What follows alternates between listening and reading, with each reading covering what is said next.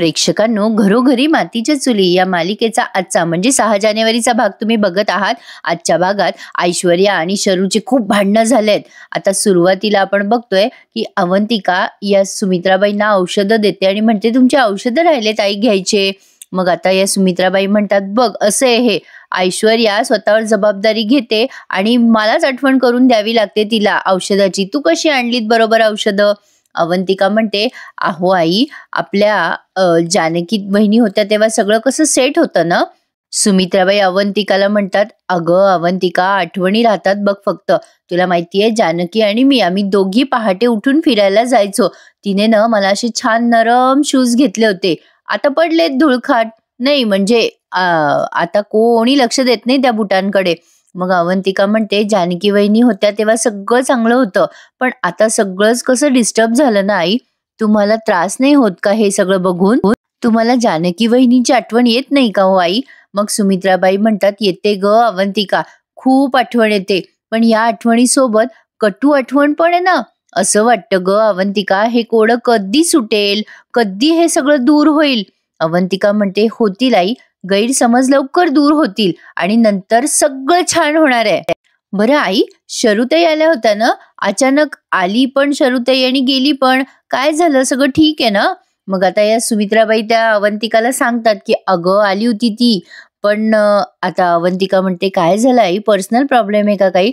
सुमित्राबाई म्हणतात अगं ती पैशासाठी आली होती ग इकडे, आणि मी कुठून तिला एवढे पैसे देणार होते ना. अवंतिका म्हणते आई द्यायचे ना, मग असे किती पैसे लागणार होते त्यांना? सुमित्राबाई म्हणतात अगं थोडे थाडके नाही, खूप लाख वगैरे पैसे लागणार होते ग तिला. माझ्याकडे कुठे पैसे असणार, ती चिडून निघून गेली बघ माझ्यावर. आता सगळं घरातलं ऐश्वर्या आणि सारंग बघतात ना, आता मला कसं जमणार ग ते? अवंतिका म्हणते मग मला आणि सौमित्राला का नाही सांगितलं तुम्ही? आम्ही केलं असतं ना मॅनेज, आमचे सेव्हिंग आहेत काही.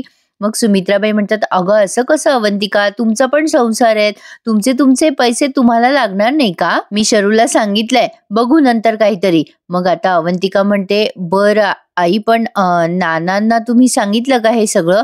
आता या सुमित्राबाई म्हणतात थांब जरा, जाऊन येते मी नानांकडे आणि सांगते त्यांना या सगळ्याच्या बाबतीत. असं म्हणून आता या सुमित्राबाई जातात नानांकडे. पण आता या अवंतिकाने उगाच आपलं त्या जानकीला फोन करून परेशान केलं बरं का. म्हणजे मला असं वाटत होतं की काय गरज होती जानकीला सांगायची की शरूला पैसे लागत होत आहेत म्हणून, पण आता ही जानकी लगेच उदार होऊन पैशाची मदत करणार हे नक्की आहे. आता बघा, या सुमित्राबाई तिथून निघून गेल्यानंतर अवंतिका जानकीला कॉल लावते आणि तिला सांगते की शरूला पैशाची मदत हवी होती. पण आता आधी फोन उचलल्या जानकी म्हणते बोल ग अवंतिका. मग अवंतिका म्हणते अहो ताई, शरूताई आल्यात का तुमच्या घरी? नाही म्हणजे मला आता आई बोलल्या म्हणून विचारतेय. तर आता ही जानकी म्हणते अगं हो आल्या होत्या शरूताई, आहेत त्या घरीच बसलेल्या आहेत, मी इकडे येत होते ना म्हणून मी त्यांना म्हटलं की थांबा तुम्ही घरी. अवंतिका म्हणते मग तुमचं आणि त्यांचं काही बोलणं झालं का, त्या कशाला आल्या का आल्या ते? जानकी म्हणते नाही ग, काहीच बोलणं नाही झालं. अवंतिका म्हणते नाही पण मला कळलंय त्या घरी आल्या होत्या इकडे तुमच्याकडे येण्यापूर्वी आणि त्यांना पैशाची गरज आहे. शी नीड्स फायनान्शियल हेल्प. त्यांनी आईला सांगितलं पण आईंकडे एवढे मोठे पैसे नव्हते म्हणून आईने कदाचित तुमच्याकडे पाठवलं असावं. आता हा खूप मोठा गैरसमज झालाय बरं का प्रेक्षकांनो. तर आता ही जानकी म्हणते बरं अवंतिका, हरकत नाहीये, मी बोलते शर्वरी वंशंशी, बघू त्यांना काय हवंय काय नकोय ते. आमच्याकडून मी पूर्ण मदत करायचा प्रयत्न करेल. अवंतिका म्हणते आम्हालाही कळवा हं, आमच्या परीने आम्हीही मदत करू. मग जानकी म्हणते हो अगं चालेल, पण मला असं वाटतं की शर्वंशने आता स्वतःच्या पायावर उभं राहायला हवं नाही. अवंतिका म्हणते हो वहिनी तुमचं बरोबर आहे. आता जानकी म्हणते तिला कसं समजवायचं ना ते मी बघते. अवंतिका म्हणते हो बोला वहिनी तिच्याशी, चला ठेवू का फोन? असं म्हणून ही फोन ठेवून देते. जानकी अवंतिकाशी बोलल्यावर घरी येत असते तेव्हा घरी आल्या आल्या हा ऋषिकेश खूप चिडलेला असतो. आता ही जानकी म्हणते अरेच्छा तुम्ही आलात आहो.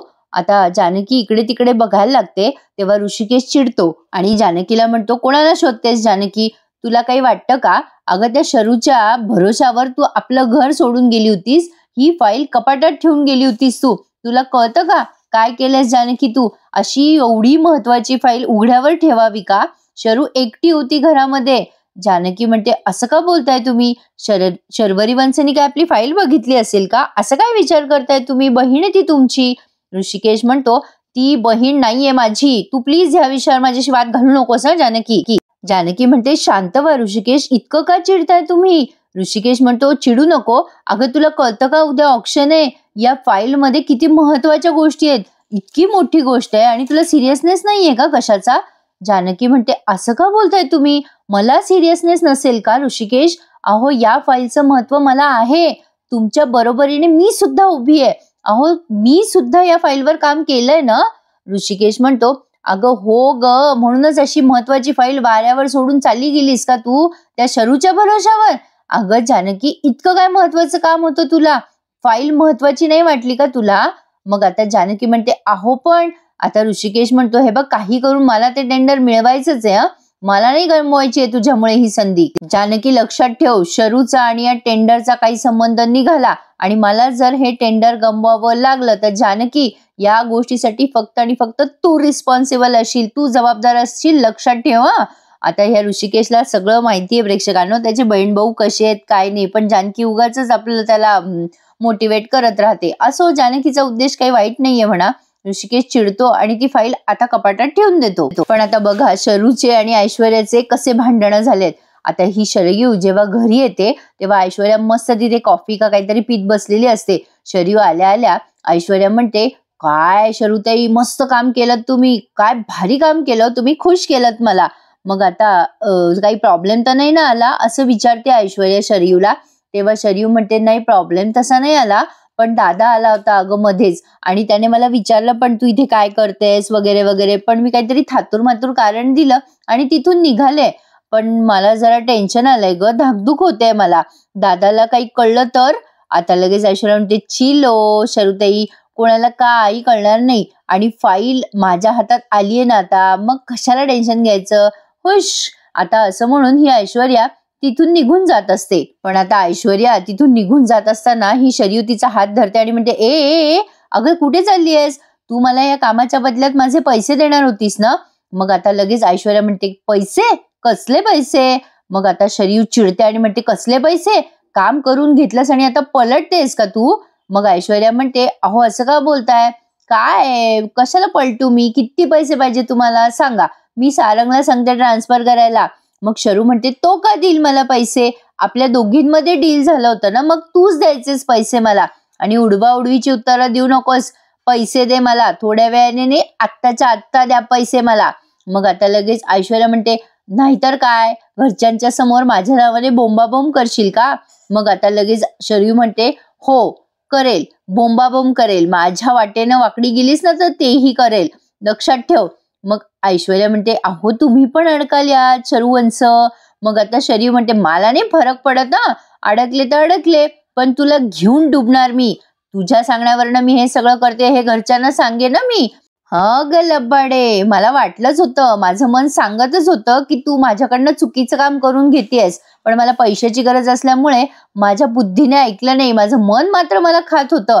पण ऐश्वर्या पलटायचं नाही आता, मी काही तुझं ऐकणार नाहीये, कबूल केलंयस ना पैसे द्यायचे, बऱ्या बोलानं दे म्हटलं ना, नाहीतर सगळंच्या सगळं मी ऋषिकेश दादाला सांगूनच टाकते आता, मग जिंकून तर दाखव तुझं टेंडर, बघते मी कशी जिंकते ते. आता ऐश्वर्या खूप घाबरते आणि म्हणते अहो शरूताई काय चिडताय तुम्ही एवढं, त्यात काय फार मोठी गोष्ट नाहीये, किती डोक्याला चालल्यात तुम्ही, मी तुम्हाला पैसे देणार नाही शरूताई. आता लगेच शरयू तिच्याकडे रागाने बघायला लागते. ऐश्वर्या म्हणते अरे काय टेन्शन घेताय शरूताई, अहो माझे डॅडा देतील ना पैसे, काय येणार शरूताई, माझे डॅडा माझ्यासाठी लगेच पैसे तयार म्हणजे आणू शकतात, अगदी एका मिनिटात पैसे उभे करतील ते, तुम्ही टेन्शन नका घेऊ, माझा म्हणजे माझ्यावर थोडासा विश्वास ठेवा. काय आहे ना शरूताई, हे बघा नेमकं काय झालंय माहितीये का, आपल्याला 35 लाख रुपये ट्रान्सफर करायचे तुमच्या अकाउंटला, पण तुम्ही कशाला विचार करता, हे बघ एका तासात फार फार तर तुमच्या अकाउंटला मी 35 लाख रुपये ट्रान्सफर करते. आता ऐश्वर्या असं गोड गोड बोलते बरं का. आता लगेच शरयू म्हणते एका तासाचाच प्रश्न आहे ना, मग मी थांबते इथेच, वाट बघते थोड्या वेळ इथे बसून. आता असं म्हणून शरयूने तिथेच डेरा टाकलेला आहे, पण ऐश्वर्या अतिशय बेमान आहे प्रेक्षकांनो, तिने कधी पैसे द्यावे शरयूला शक्यच नाही. आता तिने काम तर करवून घेतलंय शरयूकडनं, पण ती पैसे द्यायला तयारच नसते आणि अशी शक्कल लढवते. आता बघा शरयू तिथे बसलीये बघून ऐश्वर्याला येतं टेन्शन, पण आता शरीरला कसं हकलावं याची कल्पना ती करत असते आणि तिला एक आयडिया सुचली, त्यात शरू पण फसली. आता ऐश्वर्या म्हणते, बघा शरीर वंश, बसा तुम्ही इथे, मला काही प्रॉब्लेम नाहीये. काय आहे ना प्रेक्षकांनो, ऐश्वर्याला येतं टेन्शन. आता या शरीरला लगेच पैसे ट्रान्सफर करावे लागतील ना तिला बसल्या ठिकाणी. शरीर काही तिथून हलायला तयार नसते. मग ऐश्वर्या पण तिच्या समोर बसते आणि म्हणते, काय आहे ना शरूवंश, आता आई येतील आणि आईंना तर माहितीये तुमचा स्वभाव कसा आहे काय. आता तुम्ही आधीच टेन्शन मध्ये दिसताय शरूवंश. नाही म्हणजे तुमच्या चेहऱ्याचे हावभाव बघून त्या तुम्हाला विचारतील, काय ग बाई शरू, काय झालं तुला, असं काय करतेस, आणि तुम्ही लगेच सांगून टाकाल. नाही म्हणजे तुम्हाला टेन्शन आले हे तुमचे भाव स्पष्टपणे दिसताय हो, आणि आई एका मिनिटात ओळखतील तुमचे हे सगळे हावभाव. पण बघा बाई, माझं काही तसं म्हणणं नाहीये, पण तेव्हा आईने तुम्हाला अचानक काही विचारलं आणि तुम्ही त्यांच्याजवळ बोलून गेलात तर. नाही म्हणजे तुम्हाला आणि आईंना टेन्शन यायचं. आधीच ती जानकी या सगळ्या गोष्टींचा फायदा घेते ना. नाही म्हणजे माझं असं म्हणणं आहे की तुम्ही आता फ्रेश व्हा, नाही तर मग तुमच्या घरी जा, आराम करा. पैशाचं काय, 1 तास ट्रान्सफर व्हायला लागेल पैसे, मग मी पाठवते तुम्हाला. आता ही शरीयूला कटवतीये मुद्दाम, जे शरीयूच्या लक्षात आलं नाहीये तिथे, पण तिला घरी गेल्यावर मग कळतं की हिने आपल्याला अक्षरशः हकलून लावलं म्हणून. मग आता ही शरू म्हणते, ठीक आहे, मी इकडेच जवळ मॉलमध्ये 1 तासात पैसे मला ट्रान्सफर कर, मी शॉपिंगला चालली आहे. ऐश्वर्या तिला इतका भरोसा देते, हो काही टेन्शन घेऊ नका, तुमचे पैसे मी तुमच्या खात्यावर लगेच जमा करेल. आणि असं म्हणून आता ही शरू निघून जाते. पण आता ऐश्वर्या शरीयू गेल्यावर काय कशी बोलते बघा. ऐश्वर्या त्या शरूच्या मागे म्हणते, आली मोठी, पैसे हवे म्हणे 35 लाख, वाट बघ मेले, असं म्हणून वाकडं तोंड करते. अरे देवा, हा काय तमाशा आहे प्रेक्षकांनो यांच्या घरामध्ये. मी दिलेला रिव्ह्यू आवडत असेल तर एखादी चॅनलला सबस्क्राईब नक्की करा. आता ऋषिकेश जानकीचे मगाशी थोडे भांडणं झाले हे आपण पाहिलं. आता ही जानकी ताट घेऊन येते आणि ऋषिकेशला अशी अडवत असते, जाऊ नका कुठे, बसा ना जेवायला. ऋषिकेश म्हणतो, मला नाही बोलायचंय तुझ्याशी जानकी. मग आता जानकी म्हणते, असं काय करता, शेपूची भाजी आहे तुम. अहो असं काय करताय, शेपूची भाजी केली आहे तुमच्या आवडीची आणि मस्त मुगाच्या डाळीला लसणाची फोडणी दिली आहे, मिरचीचं लोणचं सुद्धा आहे तुमच्या आवडीचं. आता ऋषिकेश म्हणतो, काय ग जानकी, मला नाही खायचंय, आणि मग अशी भांडलीस ना माझ्याशी. जानकी म्हणते, असं काय करताय, अहो आपण नवरा बायको आहोत ना, नवरा बायको मध्ये भांडणं चालणारच. मी तर म्हणते, जे भांडत नाही ते नवरा बायको कसले. आणि ऋषिकेश आता गोड हसतो, म्हणजे या दोघांचा रुसवा गेला. लुटूपुटूची भांडणं आहेत. मग आता ऋषिकेश म्हणतो, बघ ना जानकी, मगाशी मी तुला बोललो पण शरू इथे आली. आणि जानकी म्हणते, जाऊ द्या हो, चालायचंच. ऋषिकेश म्हणतो, पण मला शरूवर अजूनही संशय येतोच आहे. जानकी म्हणते, किती विचार करता हो तुम्ही ऋषिकेश. अहो शरूवंश आपल्याकडे कामासाठी आल्या होत्या, आम्हाला अवंतिकाचा फोन आला होता, आणि आता झालेली गोष्ट या जानकीने सगळी सांगितली ऋषिकेशला, जी आपल्याला नाही ऐकवली. मग आता ऋषिकेश म्हणतो, म्हणजे शरूला पैशाची गरज आहे. जानकी म्हणते, हो, म्हणूनच हक्काने आल्या होत्या त्या आपल्याकडे. मग ऋषिकेश म्हणतो, मी आल्यावर तर निघून गेली ना ती. जानकी म्हणते, कदाचित तुम्हाला बघून त्यांना अनकम्फर्टेबल झालं असेल. ऋषिकेश म्हणतो, प्रत्येक वेळेला हक्काने माझ्याकडे सगळं मागणारी माझी बहीण मला बघून अनकम्फर्टेबल होते, काय गंमत आहे नाही जानकी. बरोबर आहे, असूच शकते. नाही, ती अनकम्फर्टेबल होणारच. मी सावत्र भाऊ आहे ना तिचा, पण तिला आहेत ना 2-2 भाऊ, आणि तेही इतके श्रीमंत, ते कुठे माझ्यासारखे कंगाल आहेत. मग जानकी त्याला समजवते, आधी तर त्याच्या तोंडावर हात ठेवते आणि म्हणते, असं नाही बोलायचं तुम्ही ऋषिकेश. हे बघा, तुम्ही गरीब आहात हे सगळ्यांना माहिती आहे, पण तुमची बहीण आहे, ती तुमच्याकडे येणार नाही तर कोणाकडे येणार. बहीण आहे ऋषिकेश तुमची. अहो राखी बांधताना तुम्ही, नाही, प्रत्येक संकटामध्ये तुमच्या बहिणीला साथ देईल असं सांगता ना. नाही, तिला गरज आहे ऋषिकेश आता. मग तुम्ही राखीला नको का जागायला. आता ऋषिकेशला त्याच्या कर्तव्याची जाणीव करून दिली आहे जानकीने नेहमीप्रमाणे. ऋषिकेश म्हणतो, पण जानकी, मीच कशाला ग मोठेपणा दाखवायचा, मी मोठा भाऊ आहे म्हणून का. अगं, जेव्हा आपल्यावर आरोप होत होते तेव्हा तिचं तोंड शिवलं गेलं होतं का. अजिबात नाही, मी काही मदत करणार नाहीये त्या ऐश्वर्याला. आणि तू पण ना उगाचच मला यासाठी कन्व्हिन्स करू नको, आणि मोठा भाऊ म्हणून मीच सापडलो का तिला. मग जानकी असं उदाहरण देते त्याला की विचारू नका. जानकी म्हणते, मला सांगा अहो, वटवृक्ष कधी म्हणतो का एखाद्या माणसाला, का रे बाबा, सगळे झाडं सोडून तू माझ्याच सावलीत का उभा आहेस. काय ऋषिकेश, अहो तुम्ही शरीर वंशासाठी वटवृक्षासारखे आहात ना. ऋषिकेश म्हणतो, जानकी पण पैशाचा आव कुठून आणायचा, मी कसं पैसे देणार शरूला. जानकी म्हणते, नसे ना का तुमच्याकडे पैसे, पण तुमच्याकडे जानकी आहे ना, मी तुम्हाला एक आयडिया देते. ऋषिकेश म्हणतो, कसली आयडिया. आता जानकी म्हणते, आधी जेवून घ्या बरं, मग सगळं सांगते. तर ऋषिकेश आनंदाने जेवायला लागतो. मस्त जोडी प्रेक्षकांनो या दोघांची, त्यात शंकाच नाही. दोघे एकमेकांना एक एक घास खाऊ घालतात आणि आनंदाने त्यांचं जेवण संपवतात. असो, तर आता संध्याकाळ झालीये, पण शरयूच्या अकाउंटवर 1 रुपया पण आलेला नाहीये. ऐश्वर्याने तिला उल्लू घुमवलीये. आता ती विचार करते, शरू काय बाई आहे ही, पैसे जमा करेल म्हटली, पण अजून सुद्धा हिचे पैसे काही माझ्या अकाउंटला आले नाहीये. शी, दिवस निघून गेलाय, आता संध्याकाळ होत आली आहे. मूर्ख बनले मी त्या ऐश्वर्याच्या बोलण्याला. वहिनी माझ्यावरती विश्वासाने घर सोपवून गेली आणि मी फसवणूक केली. आता जानकी आणि ऋषिकेश दादाला कळलं तर त्यांना किती वाईट वाटेल. काय करू मी आता. मी सांगून टाकू का त्यांना मी का गेले होते तिथे. आता तेवढ्या तिच्या दारावरची बेल वाजते आणि तिला वाटतं कोण आलं असं, म्हणून ती दरवाजा उघडते तर बघते तर काय, दारासमोर ऋषिकेश आणि जानकी उभे आहेत. आता ही शरू जरा टेन्शन मध्ये येते बरं का प्रेक्षकांनो. पण आता पुढचं सीन बघा. अजून यांचं पिठल्याचं प्रकरण काही संपलं नाही बाबा. आता या सुमित्राबाई नानांना म्हणत असतात, खिचडी खाता का अहो थोडीशी. अहो मी गेले होते बाजारामध्ये, पण काय झालं की शेवग्याच्या शेंगा कुठेच दिसल्या नाही हो मला. हे बघा, तुम्ही ना नाश्ता पण नाही केला, तुम्ही थोडंसं खा ना. आता नाना सांगायचा प्रयत्न करत असतात की त्यांचं पोट भरलंय. तेवढ्यात अवंतिका येते तिथे. सुमित्राबाई म्हणतात, बरं झालं बाई अवंतिका तू आली. अगं समजव ना यांना, ते खातच नाहीयेत काही. अवंतिका म्हणते, अहो आई त्यांना कशाला तुम्ही जेवू घालतायत आता, त्यांनी मगाशी पोटभर शेवग्याचं पिठलं खाल्लंय. आता या सुमित्राबाई म्हणतात, अगं बाई काय, शेवग्याचं पिठलं पण कोणी दिलं, कसं शक्य आहे. मग आता नाना सांगायचा प्रयत्न करतात सुमित्राबाईंना, ज ज ज जा जानकी. आता त्यांना बरंच बोलता येते बरं का प्रेक्षकांनो. आणि हे बघून ऐश्वर्याला टेन्शन येतं. आता ते जानकी असं म्हणतात, तेव्हा या सुमित्राबाईंच्या लक्षात येतं, काय जानकीने पिठलं आणलं तुमच्यासाठी, काय सांगताय तुम्ही. आता त्या अवंतिकाकडे बघतात. अवंतिका म्हणते, अहो आई म्हणजे सॉरी, मला मान्य आहे तुम्हाला म्हणजे इथे जानकी वहिनी आलेल्या पटत नाही, पण त्या आल्या नव्हत्या, मीच त्यांना जबरदस्ती घेऊन आले होते. प्लीज तुम्ही चिडू नका वहिनीवर. सुमित्राबाई म्हणतात, अगं अगं अगं अवंतिका, मी कुठे चिडले जानकीवर.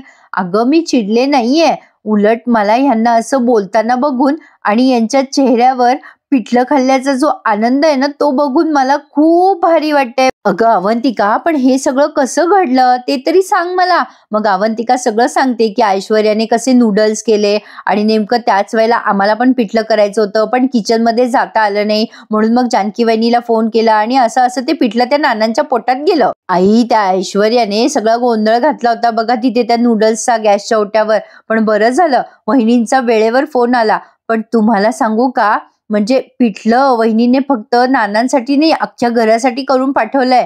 मग आता या सुमित्राबाई म्हणतात, हो का, अगं बाई तिने फार भारी काम केलंय. पण अवंतिका आता खूप भारी बोलते. ती म्हणते, आई असंच एकमेकांच्या घरी आपलं जेवण पोहोचत राहिलं ना, तर आपल्या एकमेकांची मनं अशी पटकन लवकर एकत्र येतील. बघा तुम्ही, तो दिवस दूर नाहीये. सुमित्राबाईंना आता ओवीला खाऊ पिऊ घातल्याचं आठवतं आणि ओवीला जवळ घेऊन प्रॉमिस केल्याचं आठवतं त्यांना. आणि आता त्या अवंतिकाला म्हणतात, हो अवंतिका बरोबर आहे तुझं. पण आता हा सीन त्यांनी इथेच संपवलाय. आणि शरयू आता इथे टेन्शन मध्ये दादा वहिनीला बघून, आणि ती आता आल्या म्हणते, वहिनी दादा आतमध्ये या ना, प्लीज प्लीज आतमध्ये या. अवंतिका आता या सुमित्राबाईंना दिलासा देते, पण इकडे शरूला आलं ना टेन्शन, या जानकीला आणि या ऋषिकेशला तिच्या घरी बघून. आता बसल्या बसल्या ही जानकी म्हणते, असं काय करता हो शरूवंश, तुम्हाला जे हवं होतं ते आम्हाला सांगायचं. तुम्ही आमच्या घरी वेगळ्या कारणासाठी आला होतात ना. अहो घरी आल्या आल्या मला सांगायचं ना की अशी अशी अडचण आहे, आम्ही बघितलं असतं काय करता आलं असतं ते. आता लगेच ही शरू घाबरते आणि म्हणते, वहिनी तू चुकीचं समजते, असं काही नाहीये. मग आता लगेच ही जानकी म्हणजे तिला वाटतं की यांना कळलं आपण कशासाठी घरी गेलो होतो यांच्या. मग आता जानकी म्हणते, तुम्हाला पैशाचीच गरज होती ना वंश. अहो त्याच्यात काय झालं मग, अहो आपण घरचेच आहो, पैशाची गरज कोणालाही लागू शकते. तुम्ही आम्हाला का नाही सांगितलं हे सगळं, तुम्ही शांत का बसलात. मग आता ही शरयू मनात विचार करते, अच्छा ऐश्वर्याला काय आता लक्षात आलंय या शरूच्या की आपण जे काही केलंय ते ऋषिकेश जानकीच्या लक्षात आलं नाहीये. ऋषिकेश म्हणतो, मी होतो ना शरू तिथे, मला का नाही बोललीस तू, तुला पैशाची अडचण आली होती तर? शरयू म्हणते, तसं नाही रे दादा, तू बाहेरून आला होतास म्हणजे मला असं वाटलं की. ऋषिकेश म्हणतो, काय वाटलं तुला, मी तुझ्याशी भांडेन? आता लगेच ही शरू एकदम गप्प होऊन जाते आणि म्हणते, तसं नाही ग दादा, तसं नाही रे दादा. पण ऋषिकेश म्हणतो, सगळं तूच तुझं ठरवून टाकलंस ना, तसंही तुम्ही सगळ्यांनीच आमच्यासाठी काय काय आहे काय काय नाही ते सगळं ठरवूनच टाकलेलं आहे. आता लगेच जानकी त्याला असा हात लावते आणि खुणवते की आता काही बोलू नका शरूवंशला. असो, तर हा सीन त्यांनी संपवला आणि पुन्हा अवंतिका आणि या सुमित्राबाईंचा सीन घेतलाय. अवंतिका म्हणते, अहो आई, नानानं जानकी वहिनीला काहीतरी सांगायचा प्रयत्न करत होते बघ. म्हणजे असं काहीतरी सांगत होते की दिवा आणा वगैरे वगैरे. सुमित्राबाई तिला विचारतात, का ग, काय सांगतेस तू हे सगळं? मग आता ही अवंतिका म्हणते, हो अहो आई, आपले नानानं काहीतरी सांगत होते जानकी वहिनीला, कुलूप काय किल्ली काय. तुम्हाला माहितीये का अशा कुलूप किल्ली बद्दल? आता या पुढे काही बोलणार तेवढ्यात तिथे अवंतिका दाखवली आहे आणि सॉरी ऐश्वर्या दाखवली आहे. या दोघींचं बोलणं ऐकताना ऐश्वर्या आता विचार करते, बाप रे, कसली कडक, कसलं कुलूप, कसलं किल्ली, काय बोलतायत या दोघी जणी. म्हणजे या किल्ल्याचा आणि प्रॉपर्टीचा पेपरचा काही संबंध असेल का?